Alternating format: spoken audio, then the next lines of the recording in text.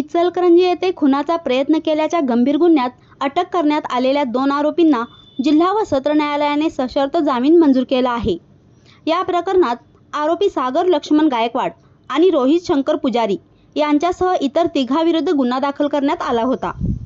ही घटना दिनांक 19 एप्रिल 2026 इसवी रोजी हनुमान जयंतीच्या मिरवणुकीदरम्यान घडली।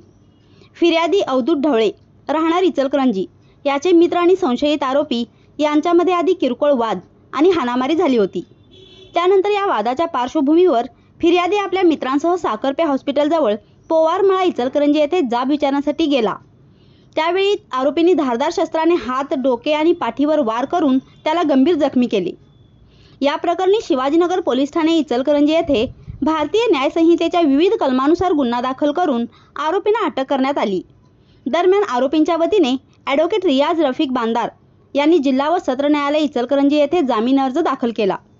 सदर अर्जावर सुनावणी दरम्यान सरकारी पक्ष आणि बचाव पक्षाचे युक्तिवाद ऐकून न्यायालयाने ॲडव्होकेट रियाज बांदार यांचा प्रभावी युक्तिवाद ग्राह्य धरत आरोपींना सशर्त जामीन मंजूर केला।